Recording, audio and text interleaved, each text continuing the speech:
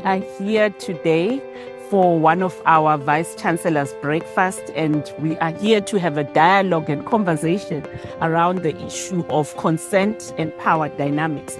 In a university setting, the issues of power and consent remain a big challenge. And oftentimes, people look at the issue of consent as either just simply saying yes or no. And it is not, because the reality is that relationships and how people interact on campus is based on power imbalances. So it's the person, a student's future, for example, is dependent on the person who assesses them, who marks their papers, the person who teaches them. And as a result, that already creates a power dynamic. So normally you would think if someone consents to a relationship, then it's an equal relationship. What's wrong with that? That would be personal discretion. I think it takes some education and reflection to understand that you're in a position of power, which complicates consent.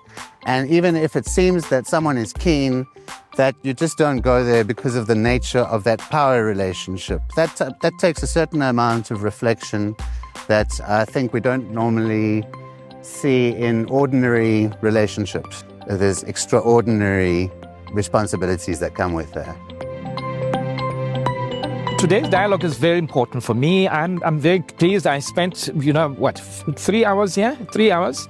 And it's 3 hours spent very productively in a dialogue between students, staff, and us, senior management in the university, talking about these issues, the pitfalls of what we call consent, for example.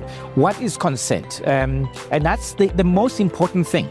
And I think one person at the end summarized it nicely, that for students, even a yes means a no. And therefore for staff, even when there is an expressed yes or some other kind of consent, you should know it's a very dangerous terrain. From a student perspective, power dynamics does affect student life or on campuses in a very negative way, as there are some boundaries that are crossed where students don't feel safe to report their cases, students don't feel safe in their own study environment. So there are those boundaries that are crossed most of the times, and it's what we should be looking into, make students aware of reporting mechanisms, how they can be safe within campuses, and how they can ensure that their safety is not compromised in any way.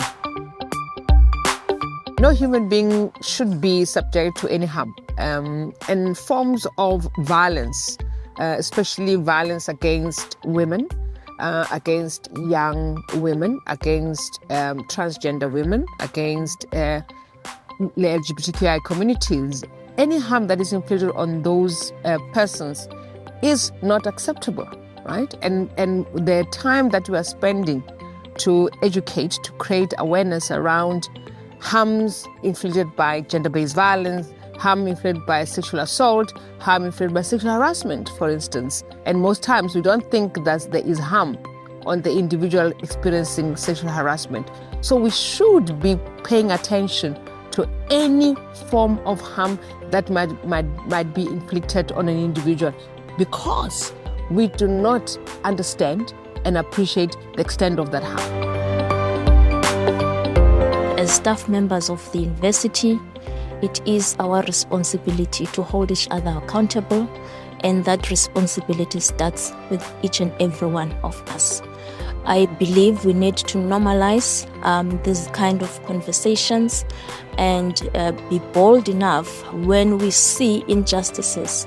We should be bold enough to speak up, because today it may be a colleague or a student, but tomorrow it may be your daughter. Each and every one of us can contribute meaningfully to this agenda, and I believe that we will not give up. We will continue until each and every young girl and woman feels safe to walk in the street.